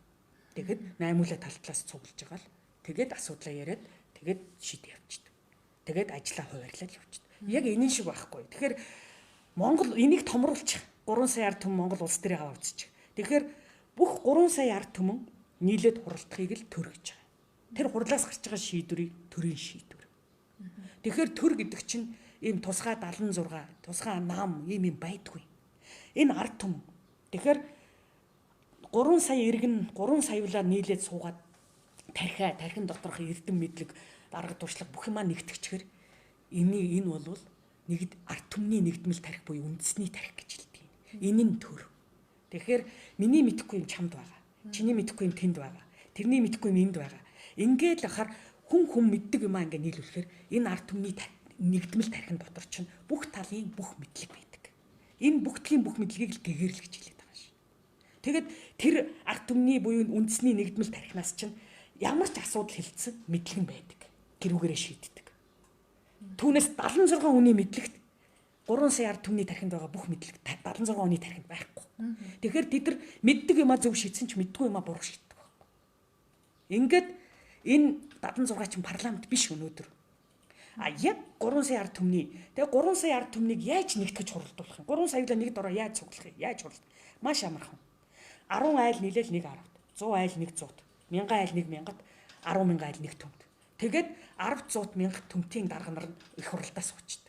Дээр нь алтан ургийнх нь ингээд хаад маад бүгд суучдаг, өрлөгч ажид. Ингээд нийлчдэг. Тэгэхээр яадгийн гэхээр энэ ард түмний хамтын тарих үүсэж байгаа үз нийтийн нэгдмэл тарих. Тэгэхээр тэр гарч байгаа шийдвэр төрийн шийдвэр. Тэгэхээр тэр шийдвэр гарахад ард түмэн болгон оролцож байгаа үз. Арвтын дарга, зуутын даргадаар саналаа хэлэл их хуралд очихоос өмнө арвтын дарга, зуутын дарга нь 10 100 мянга төмтэй хуралдуулаад тэрнийхээ сандлыг нэг болгоод авчихна тэмт. За манай арвт ийм саналтай, манай зуут ийм сан, манай мянга тийм саналтай. Тэгээ тэнд очиод дахиад нэгтгэх. Ингэхээр ард түмэн болгоны санал санаачлаг улсынхаа шийдвэр гаргахад оролцдог. За тэгэхээр тэр эцсийн нэг шийдвэр гаргахад ард түмэн бүгдээрээ оролцчихлоо шүү дээ. Тэгэхээр эн чинь ард түмний төр, ард түмний хамтын шийдвэр болчихж. Нөгөө арчилчин гараад ирж байгаа. Ард түмний төр, ард түмний засгийг арчил гинэ гэж. За ингээ арчил гараад. За тэгвэл хамтаараа хуралдаа хамтаараа шийдсэн чи одоо яах юм? Тэрийг хамтаараа хэрэгжүүлнэ. 76 шийдээд засгийн газар хэрэгжүүлэхгүй. Нэгэнт ард түмэн хамтаараа хуралдаад хамтаараа шийдсэн юм чинь одоо ард түмэн тэр шийдвэрээ хамтаараа хэрэгжүүлнэ. Бүгд оролцсон. Энэ одоо 3 сая ард түмний энэ хамтын оршихуйг хамтаараа засахыг л нийхэм гэж хэлж байгаа. Нийгэм гэдэг чи одоо манайх одоо нийгэм гэдгийг тодорхойлж чадахгүй байгаа. Гэтэл нийгэм биш, нийхэм юм байлээ. Нийгэм гэдэг нь бол бүгдээрээ нийтээрээ гэмтэн болох тогтолцоо. Одоо яг өнөөдрийн манай тогтолцоо. Нийхэм гэдэг нь нийтээрээ хэмтэй амьдрах тогтолцоо. Хэмтэй. Улс орондоо хамтын оршихуудаа хэм гэдэг нь бол ашиг үр өгөөж эхэлж байгаа. Тэгэхээр энэ хамтын улс орон энэ 3 сая ард түмний хамтын оршихуйг л улс гэж хэлж байгаа. Тэгэхээр энэ хамтын оршихуудаа энэ улстай сайн сайхан үр хувь нэмэртэй амьдрахыг л нийтээрээ хэмтэй амьдрах гэж хэлж байгаа. Тэгэнгүүт энэ хамтаараа шийдвэр гаргацсан хамтаараа хэрэгжүүлнэ. Тэгээ хамтын оршихуй юм чинь хамтын оршихуйгаа хамтаараа бөөнөр авч явна. Авч явахын тулд хамтаараа шийдвэрлэн хамтаараа засна төвшдөг. Эндээс нэг ч хүн сугарч үлдэхгүй. Одоо манайх нэг хэсэг нь тэнд ажилгүй, нэг хэсэг нь гэр хорооллын загт боловсруулгүй. Юунд ч оролцохгүй. Энэ улс орныг өөдөн татгаж оролцохгүй, засал сайжруулахад оролцохгүй, шийдвэрлэхэд оролцохгүй. Ингээс тамаагүй. Тэгсэн мөртөө энэ дотроос идээд уугаад амьдраад идэв. Энэ ч болдгоо байхгүй. Тэгэхээр одоо сая хамтаараа засдгийг л засныг л нийхэм гэж байгаа. Амьдралаа 3 сая ард түмэн хамтаараа засныг нийхэм гэж хэлж байгаа. За тэгвэл энэ хамтаараа засгаар чинь энэ засаг чинь хамтын засах болчихж байгаа. Нөгөө арчил гараад ирж байгаа. Дахиад. За тэгэнгүүт хамтаараа зассан юм чинь одоо хамтаараа хариуцна. Хамтаараа хяналт тавина. Нөгөөтгтөө. За хамтаараа засныг хэн эсэргүүцэж байна? Хэн сүйтгэж байна? Хэн эвдэж байна? Хэн зөрчиж байна? Тэгэхээр дахиад 3 сая ард түмэн хамтаараа шийдсэн, хамтаараа зассан чи одоо нөгөө зассан сайхан болгосныгоо хамтаараа хариуцсан. Ингэхээр нөгөө хамтын хариуцлага явж байгаа. Тэгэхээр энэ сууханд яриад байгаа хамтын хариуцлага. Тэгвэл ингэжээд сая ард түмний төр, ард түмний засаг, ард түмний хяналт, ард түмний хариуцлага тогтож байгаа юм. Энд нэг ч иргэн үлдэхгүй. Тэгсэн чинь энэ тохиолдолд яаж байгаа юм гэхээр энэ тохиолдолд эрдэмтэй, мэдлэгтэй, чадaltaй, ухаантай бүх ард түмэн ганцхан тархиа биш, ганцхан тархин доторх мэдлэг чадвар арга туршлага биш. Тэр авьяас чадвар, хөдөлмөр зүтгэл, хөлс хүч бүх юм нь нэгдчихэж байгаа байхгүй. Тэгэхээр энэ 76 хүний засгийн газар одоо парламент 76 засгийн газар хидч байдгийн сайд хамгийн газар нэг үсрээл хэдэн зуун хүний хамтын хариуцлагт байгаа төр улс ингэд оройтт юм байна. Тэгвэл 3 сая ард түмнийхээ хамтын хариуцлагт байгаа улс орон бадардаг юм байна. Энэ ард түмэн өнөөдөр бухимдаад шаардлага тавиад байгаа чинь яг энэ иргэнийхээ үр гүйцэтгэж байгаа. Иргэн яг л юм байх хэвээр. Энэ хамтын оршихуй буюу улсаа доройтвол өөдөн татдаг, муудул сайжруулдаг, муухайдул застдаг, төвшдөгдөг. Энэ чинь иргэнийхээ үр гүйцэтгээд эдгэр чи хилээ шаардаад байна. Даанч эрх мэдэл алга. Тэр тогтолцоо нь алга. Тогтолцоо нь алга. Тэгвэл энэ тогтолцоог бүрдүүлдэг. Тэгэхээр энийг яаж бүрдүүлдэг гэхээр хамтын хариуцлагын тогтолцоо гэдээ маш хямдхан, маш хямд төсвөр, маш зарлага багтаа маш энгийн тогтолцоогоор хэрэгжүүлж байна. Агуу юм энгийн гэдгээр хэрэгжүүлдэг. За энэний тухай би бол 100 гаруй лекц хийсэн. Монгол төрт ёсны, Монгол арчлалын лекц хийсэн. Тэгэхээр нөгөө барууны улс төрийн шинжилгээнд ирээд мөрөөдөд байгаа улс арчил гэдэг юм чинь зам ёсны төр дээр ийм амархан хэрэгждэг. Тэгэхээр шудраг байгаа юм шүү дээ. Өнөөдөр чи энэ гэр бүлд 10 ам бүлтэй нэг гэрүүлийн гишүүн бол чи тэр гэр бүлээ сайхан болгохын тулд амьдралаа сайхан болгохын тулд оролц зүтг тэгснийхээ хариуд чи тэр гэр бүл дотор эдэн уун хоноглон чи ирэх хэдлэн эзэн байна. Тэгвэл 3 сая ард түмэнтэй Монгол улс үндэстний хамтын оршихуун нэг гишүүн бол чи энэ хамтын оршихуйг сайхан болгохын төлөө тарих оюунаараа ч оролцсон, хөдөлмөр зүтгэлээрээ ч оролцсон, засхуу хамтрах юу төвшдөхгүйгээр ч бүх юмараа оролцсон. Хариуцлага хяналтаараа ч оролцсон. Ингэжээж энэ улс чи иргэний улс болтгий. Одоо манай улс бол иргэний биш зүгээр хиж гөрөөс буюу хоолны савнуудын улс болчиход байна. Тэгэхээр ард түмэнч доройтоод нөгөө хоолны савнууд дотроос ловер хулгаагаараа шалгарсангуудын дээр очихоор бүр тэнэг хоолны савнууд нь дээшээ гараад ингээд төр ус тампуураад байгаа байхгүй. Тэгэхээр энэ зам ёсны төр дотор ингээд аваад үзэхээр тэгээд энэ Монгол гэрийг хар. За гэр бүлийн гишүүд нийлээд хуралчлаа тэр нь тархиа нэгтгээд мэдлэгээ нэгтгээ шийдвэрээ гаргалаа хамтаараа тэр амьдралаа заслаа. Ингээд за энэ төрт ёс энийг хэлж байгаа. Тэгвэл тэр засан төвшдөх ажлыг амьдралаа өөдөн татах засан төвшдөх ажлыг аав ээж хоёр удирддаг гэрт. Өөр аав ээж хоёроос өөр эрх мэдэлтэн байхгүй. За яг энийг төр дээр тавьчих. Нөгөө гэр бүлийн гишүүд нь 3 сая ард түмэн. Энийг удирддаг энэ засхууг удирддаг. Төрийн тэргүүн, төрийн дарга, төргийн удирдагч гэж байхгүй. Төр чинь өөрөө ард түмэн учраас. Засгийн удирдагч гэж байдаг. Засхуу төвшдөхгүйг удирддаг хүн тэр нь Чингис хаан байсан. Өөрөөр хэлбэл ерөнхий сайд гэсэн үг. Тэгэхээр өнөөдөр энэ ард түмэн нийлээл ингээ арвтын системээр байгуулагдаад төрөө байгуулчин тэндээс гарсан шийдвэрийг одоо ерөнхий сайд нь удирдал хэрэгжүүлээ явуулчихна гэсэн үг. Тэгээ бүх ард түмэнтэйгээ хэрэгжүүлнэ гэсэн үг. Энэ бол жинхэнэ зам ёсны төр төс байхгүй. Гэтэл ерөнхий сайд нь байж идэг.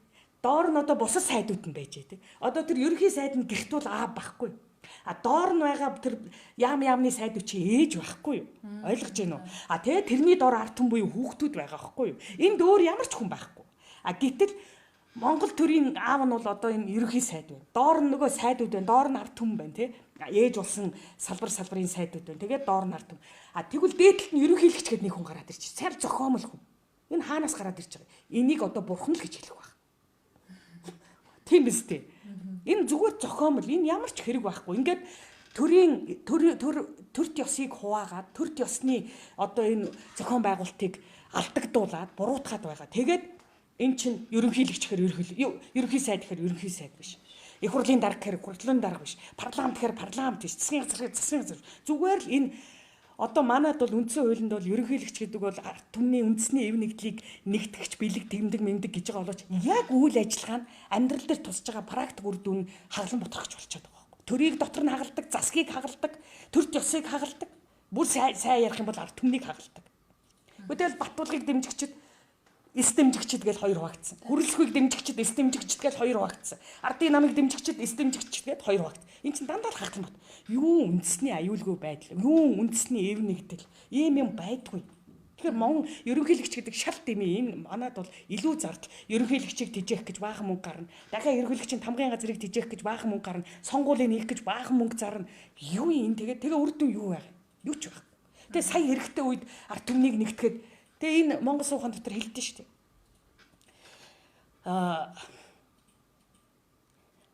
Хагдсан олныг хурааж ис чадвал хаан хэмээх хүн хэрэг юм.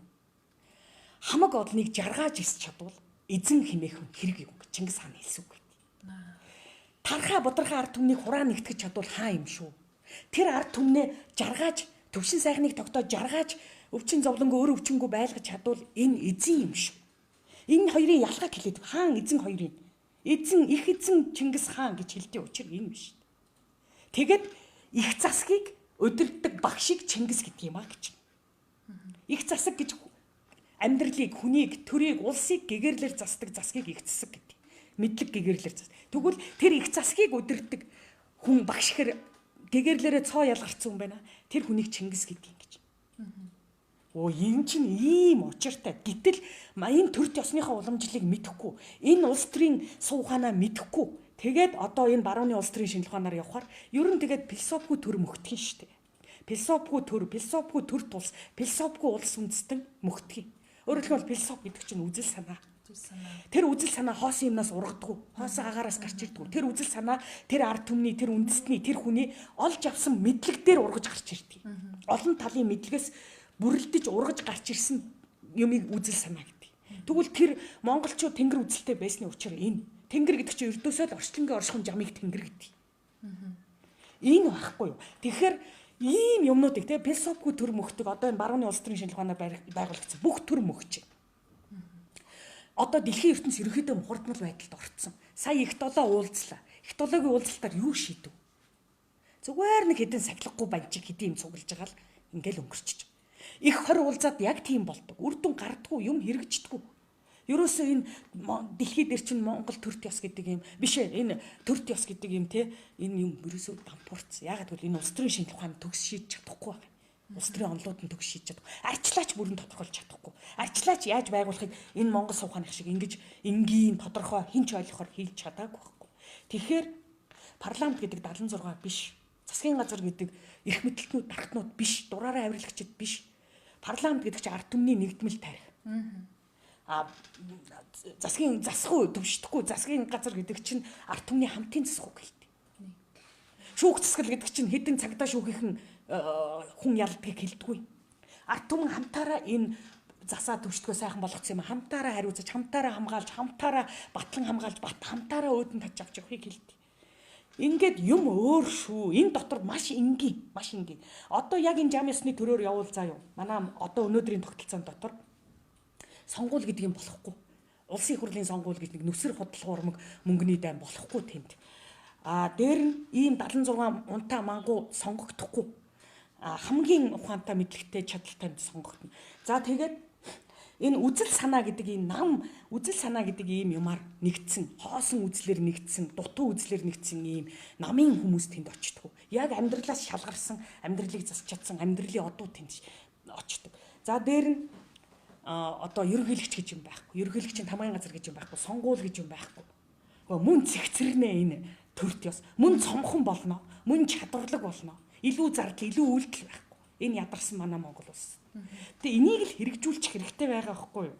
Тэгээ харамсалтай нь одоо мань мэднэ ингээд зовж байгаа судлаа гаргаад ирлээ. Тэгээд ойлгодог ч юм байхгүй, тоодох ч юм. Одоо сүүлийн үед бол харин ойлгодог хүмүүс олширч байна. Тэгэхээр одоо энэ намын одоо энэ ард түмний төр тогтох хэрэгтэй байгаа. Уг нь энэ жам ёсны төрт ёсны тогтолцоогоор бол ард түмний төр, ард түмний засаг тогтох хэрэгтэй байтал ард түмний хяналт тогтох хэрэгтэй байтал одоо яаж юм гэхээр намын төр тогтчих. Нөгөө нам нэг 200 мянган гишүүнтэй гэдэг хүчээр мүчээр янз бүрийн аргаар уурч мэхлээд илсүүлсэн нэг үнэлэх тараацсан 200 мянган. Тэр 200 мянган хүн тэрийг мэдчихв. Яг үнэндээ баг хурлынхын гишүүн гэдэг нэг 200 хүн мэдж байгаа. 200 дотроос яг энийг удирдах байгаа гартаа авч байгаа нэг 20 хүн л төрвөн шүү дээ. 20 хүн яаж энэ бүтэн улс үндэстний энэ оршихуйг авч явах юм засаж чадах юм? Чадахгүй шүү дээ. Оюуны нөөц ч хүрхгүй, бие махбод хөдөлмөрийн нөөц ч хүрхгүй. Тэгэхээр энэ барууны улс төрийн шинжилгээний онолоор явж байгаа энэ дэлхийн 200 улсын төрт бас бүгд дампуу байдалд орсон. Путин шиг Ши Жинпин шиг ийм эх орноо боддог, эх орон сэтгэлтэй ийм шудраг ийм хүмүүс гараад ирвэл энэ нэг улсын жаах гайгүй явдаг. Тэгэл Сталин шиг, Гитлер шиг, манай хөрөсөг шиг, Батболох шиг нүд гараад ирвэл ингээл дампуурдаг. Бүгдээрээ харанхуй сүнстэй, бүгдээрээ харт хэрэгтэй. Бүгдээрээ хар мөртэй. Яагаад ч энэ бүтэхгүй, явахгүй. Тэгэхээр ард түмэн энийг ойлгох хэрэгтэй. Би одоо тэр уншсан 4-500 лекцээ бичсэн 40 хэдэн ботномоо одоо энд бүгдийг ярьж баршгүй. Хамгийн голуудын л ярий. Гол юмыг ойлгуулчвал ард түмэн барай авчих байхгүй. Тийм. Ийм л юм байна. Та хоёр сая нам гэж ярьлаа тийм ээ. Тэгэхээр та бас өөрөө их хэвийг намыг одоо даргалаа явж байна. Танаа намын хувьд одоо энэ жам ёсны төрийн тухай ч юм уу энэ талаар ямар нэг юм хийгдэх үү? Ер нь та намын одоо намынхын хувьд юу гэдэг цаашд ямар үйл ажиллагаа явуулах вэ? Тэр талаар бас өөрхийн зорилгыг цаашд хийх үйл ажиллагааныхаа талаар бид нарт бас хуваалцаж өгөөч. Тий одоо би чинь ингээд нэг хоосон яриад идэх хүн биш. Миний өөрийн амьдралын зарчим бол хүнийг амлаж байгаагаар, хэлж байгаагаар, ярьж байгаагаар, андгайлж, тангаралж байгаагаар юм уу? Төгссөн сургуулаар нь, өөрлөсөн дипломоор нь авсан дүнгээр нь ч юм уу. Би хүнийг үнэлдэггүй. Би хүнийг юугаар үнэлдэг гэвэл хийж бүтээснээр нь л үнэлдэг. Хүний урсгасан хөлс, зүтгэсэн хөдөлмөр, хичээсэн чармайлт энэ болгон чинь үнний баталгаа байдаг байна. Юугаар ч няцаашгүй үнний баталгаа. Тэгэхээр би бол одоо ингээл аливаа хүнийг бол хийсэн бүтээснээр нь л үнэлдэг. Юу ч хийж бүтээгээгүй хүн бол миний анхаарлыг ерөөсөө татдаггүй. Тэгэхээр одоо энэ хөрөлсөх, оюун эрдэнэ химэн одоо энэ амар сайхан майхан чинь зүгээр юу ч хийж бүтээгээгүй. Юу ч мэдэж сураагүй нэг юм. Тэгэхээр миний хувьд шалтан банднар л байгаа. Ховоос. Тэгээ шалтан банднар гэдгээч одоо үйл хэрэгээр харуулад нотлоод батлаад байна шүү дээ өөрөөсөө. Тэгэхээр ийм шалтан банднартай одоо би юу ярих юм? Тэр их хурлын танхимд очиж сууж байгаа биш. Би Монголын ард түмэн ойлгож байна. Ухаарч байна. Жилээс жилд хэрсүүжж байна. Тэгэхээр энэ ард түмэн нэг өдөр зөв хүмүүсээ сонгох. Эх орноо бодох өдөр ирэх байх. Тийм учраас би тэрэнд найдаж байгаа. Би энэ бүх гарц гаргалгаад төрийг яаж зөв зохион байгуулах юм? Энэ оршихуун жам ёсны дагуу. Засгийг яаж зөв байгуулах юм? Яаж тэр хамтын хариуцлага буюу хяналт хариуцлагын тогтолцоо, зөв тогтолцоог байгуулах юм? Яаж энэ арчлыг утгаар нь тогтоох юм? Яаж энэ ард түмнийг эрүүл, боловсралтай, ажилтай, орлоготой, юунд зоохгүй сайхан. За амар одоо хаус амьдрал 5-7 унаад доллараар саятан болоод баян болохгүй ч гэсэн ядаж юугаар дутчихгүй юунд зовхгүй амьдруулах юм. Тэр бүх төлөвлөгөө надад байна. Маш мөнгө зардал бараг орохгүй шахуу. Тэгсэн мөртөө маш их үр дүнтэй ийм оршин амьдрахын тогтолцоо байна. Ер нь төрөлт ёсны тогтолцоо гэдэг чинь оршин амьдрахын л тогтолцоо байдаг. Тэр тогтолцоог тэрлүү хинч орсон тэр юунд зовхгүй сайхан амьдрдаг тогтолцоог оршин амьдрахын тогтолцоо гэж. Тэрлүү хинч орсон бүх чөтгөр болдог, альбин тэрэн болдог. Энэ тогтолцоо бол энэ барууны улс төрийн шинжилгээгээр бий болгоод байгаа. Тэгэл ямар ч ёс суртахуунтай, ямар ч нэр алдартай, ямар сайхан хүн орол тэнд биш болчдөг.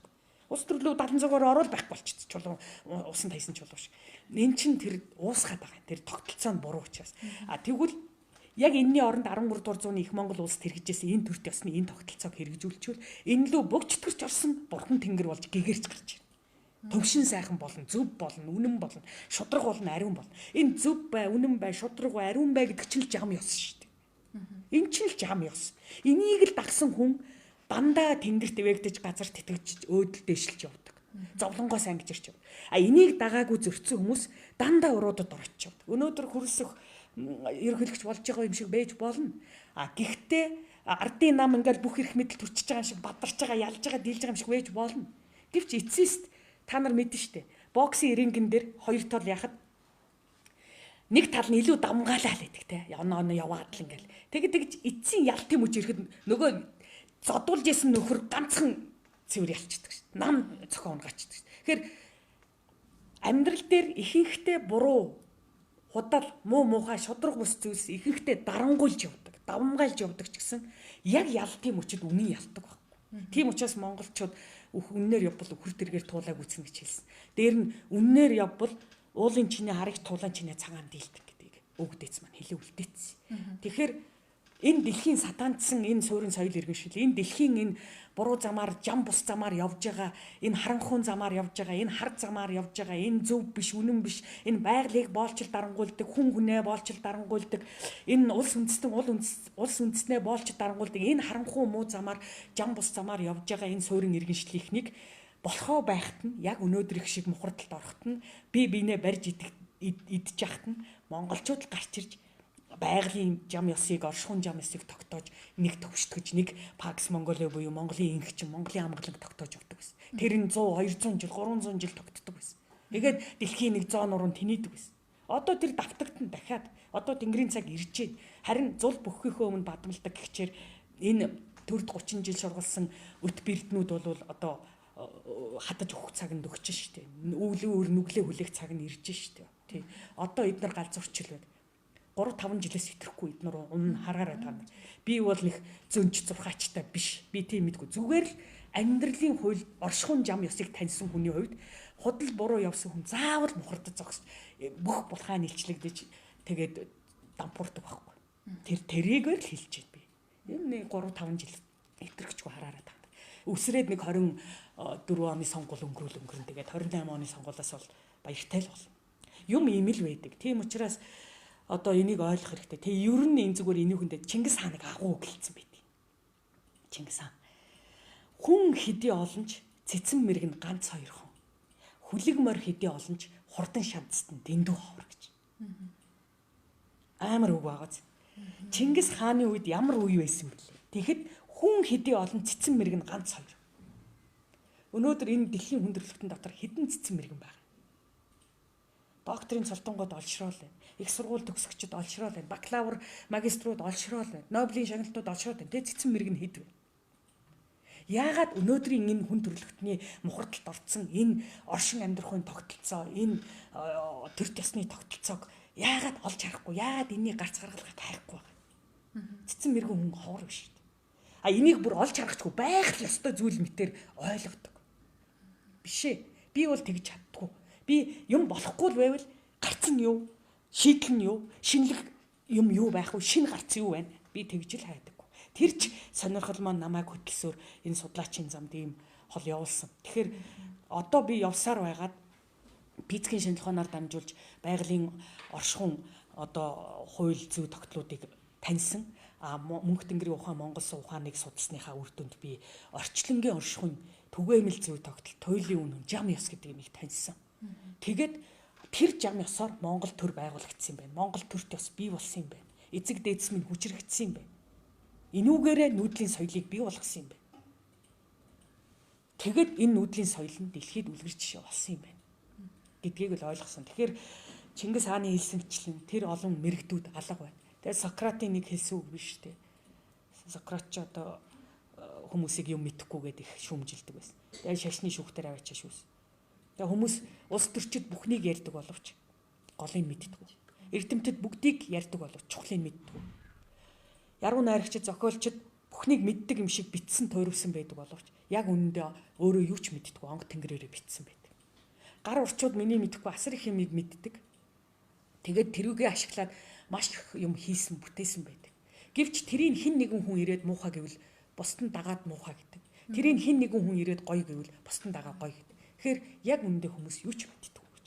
Сократ. Тэгэнгүүт шашны шүүхийнхэн асууж чи юу мэддэг? Би юу ч мэдэхгүйгээ мэднэ гэж. Хүмүүс юу ч мэдэхгүйгээр мэддэг царайлдаг бол Сократ мэддэггүйгээ мэддэг учраас даруухан байдаг байсан. Тэгвэл яг энэ Сократын хэлсэнтэй адилхан үгийг Чингис хаан хэлсэн. Хүн хэдий олон цэцэн мэрэг нь ганц хоёр. Хүлэг морь хэдий олон ч хурдан шавцт нь дэндүү ховор. Яа. Тэгээ өнөөдөр яг тийм. Тэгээд одоо энэ оршихуун жам ёсны дагуу байгуулагдсан төр төсөнд бол арчил гэдэг чинь угаасаа байж байгаа биз? Өөрт нь шингээстэй байж байгаа. Энэ арчил гэдэг юм чинь байгалийн оршихуд, орчлонгийн оршихуд байдгийг. Тэрийг би номороо бичиж гаргацсан. Тэгвэл яг тэр жамаар байгуулагдсан төрд ёс засгийн газрын засан төшөхгүй тогтолцоон дотор энэ бүх юм чинь яг арчил анханасаа арчлаараа байгуулагдав. Гэтэл энэ барууны улс төрийн шинжилгээ ухаан дотор бол арчил гэж юм байхгүй. Тэгээд байлгахын тулд яаж вэ? Баахан худлаа онол гарч ирдэг. Хувь хүний үзэл бодлууд онол болж явдаг. Тэгээд тэр нь мухардалт амьдрал дээр хэрэгжихгүй. Тэгэхээр энэ барууны улс төрийн шинжилгээ ухаанаар бий болсон энэ Америк Англи арчилчин болохоор сонгодог англи арчил, либералист Америк арчилчин болохоор яаж байгаа юм гэхээр гэгэрээгүй олонхын засаглал байхгүй. Өнөөдөр ном уншдаг гэгэрсэн хэдэн хүн байна. Яг Чингис хааны хэлдгээр ганц хоёр л байгаас цөөхөн л байгаа шүү дээ. Тэгэнгүүт бусд нь гэгэрээгүй хоолны савд. Тэд нар нь олонх болчдөг. Тэгэд олонх нь шийдээд идэг цөөхийнхөө өмнөөс. Нөгөө мэддгүүдийнхээ өмнөөс мэддгүүчүүд нь шийддэг. Тэгэхээр энэ төрт ёс зүгээр барууны улс төрийн шинжилгээ ухаанаар байгуулагдсан энэ төрт ёс зүгээр улаараа дампуу байхгүй. Үндсээрээ дампуу байхгүй. Тэгээд болохгүй байгаа энэ дэлхий. Тий. Тэгвэл манай энэ Монгол ухаанаар орчлонгийн оршихуйн жам асаар байгуулагдсан. Анхнаасаа төр нь арчилсан. Анхнаасаа засгийн тогтолцоо нь арчилсан. Хууль хяналт хариуцлагын тогтолцоо нь арчилсан. Тэгэхээр амьдрал нь оршихуй нь арчилсан. Тэнд хинч зовхгүй байхыг л арчилдаг юм бэл. Хин бүх хүн төвшин сайхан амьдрахыг л арчилдаг юм бэл. Одоо хүн дэлхийн хүндрэлтэнд тансаг сайхан амьдарч байгаа боловч төвшин сайхан байхгүй. Хаашаа харна айдастай, хаашаа харна аюултай. Энийг төвшин сайхан гэж хэлдэг юм. Хаашаа харна гоё эд материал байна. Энэ бол тансаг сайхан. Хаашаа харна айдасгүй, аюулгүй, өвчнгүй, зовлонгүй, өргөө утгүй байхыг л төвшин сайхан гэж. Тэгэхээр монголчууд төвшин сайхан амьдарч ирсэн ард. Яагаад? Их цэсгийн буйнаар.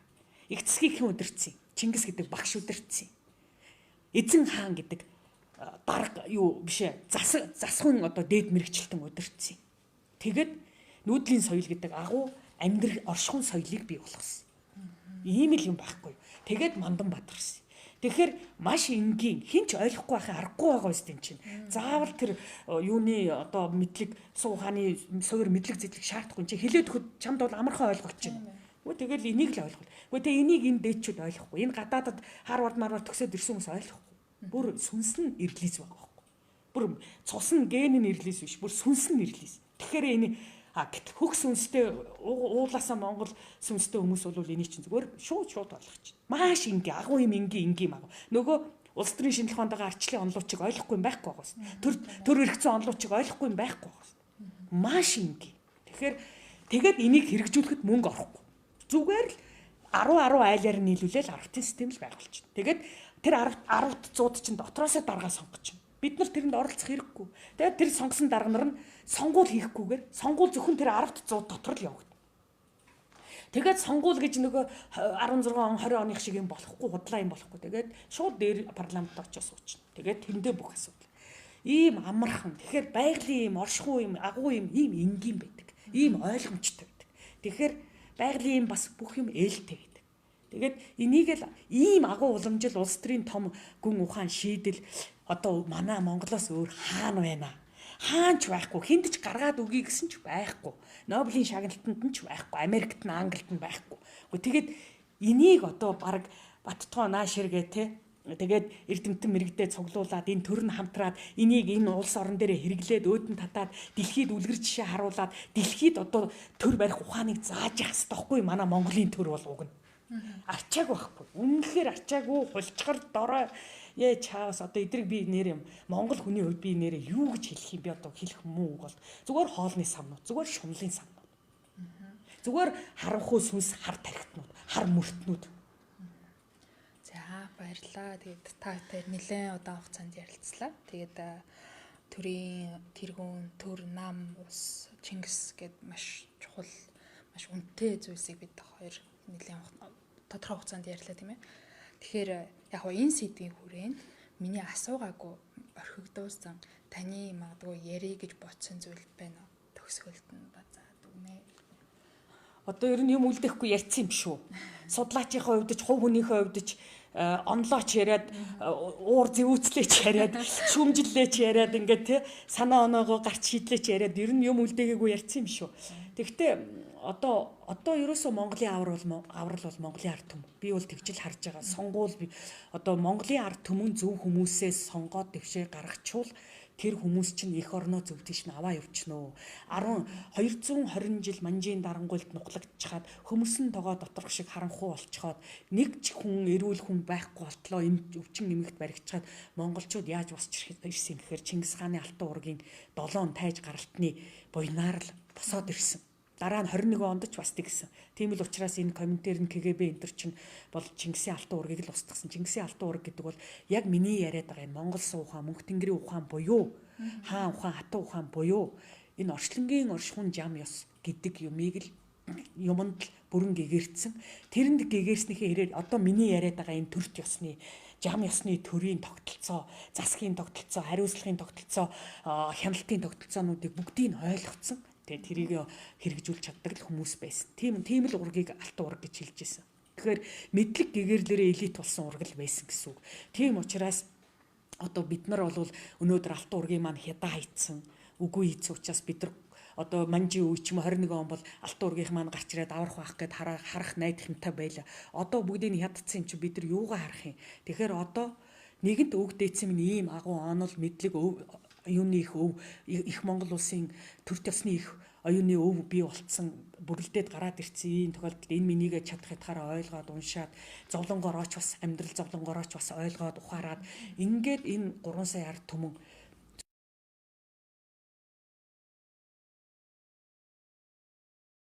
яах наа тэнгүү чин одоо юу зовхгүй буудна. Сая бол буудахаар л байлаа шүү дээ.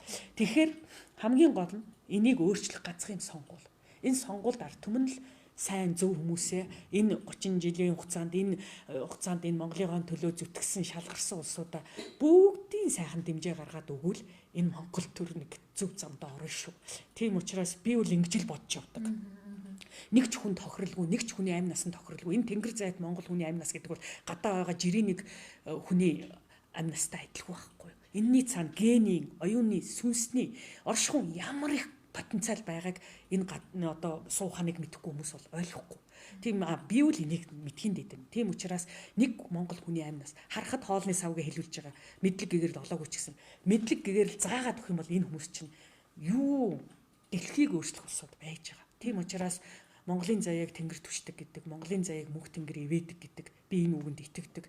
Ивэж байгаа учраас одоо үр цайх гад сайхан цаг ирэх гээд, үнний цаг ирэх гээд, гэрлийн цаг ирэх гээд, гэгэрлийн цаг ирэх гээд ингээд одоо яаж явах шиг байна. Тэгээ бид нар тэр өмнөх нэг ийм хэсэгхэн цаг хугацааг туулж явах шиг байна. Тэгээд Монголынхаа ард түмэнд бити нөгөө хаан алдах хэрэггүй, хатан урах хэрэггүй, харц хөрөх хэрэггүй гэж битгий зөвхрөөрөө бидэрт гэрэл цаг ирж байгаа шүү. Хамтдаа зүтгэж жагаад, ухаалгаар зүтгэж жагаад энэ их орондоо сайн цагийг авчираад хойч үедээ сайн цаг, сайн улсыг, сайхан улсыг өвлүүлчихвэл одоо бидэнд хойч үеийнхээ өмнө нэр бүтэн байна, нүүр бүтэн байна гэдэг шиг сайхан гавья байхгүй гэж би боддог. Тэр гавья шагнал магнал биш штэ. Тэр чин чи тэр төмөрний төлөө хөдөлмөрлсөн юм үгүй штэ. Монгол улс үндэстнийхээ хойч үеийн төлөө хөдөлмөрлөж байгаа бүтээж байгаа гэдгээ яагаад ойлгодгүй. Тэр нэг төмрийн төлөө хүч алдаад байх юм. Тэр ямар хэрэгтэй. Хоногийн хоолоо тэр ами аврах аршаануу тэр ямар. Тэгээд ийм л юмыг одоо ард түмэн маань ухаар цэхэрж байгаа, уламж ухаар цэхэрэх байх. Ойлгох байх гэж бодож байна. Тэгээд ард түмэндээ хандаж ийм л үг хэлье да. За баярлалаа. Таны ажилд амжилт хүсье. Баярлалаа. Та бүхэндээ амжилт хүсье. Бас энэ та бидний ярилцлагыг сонсож байгаа олон одоо монголчуудаа бас сайн сайхныг өрөөе. Тэнгэрлэг их амжилтыг өрөөе. Тэнгэрлэг их аз жаргалыг өрөөе л гэж хэлье да.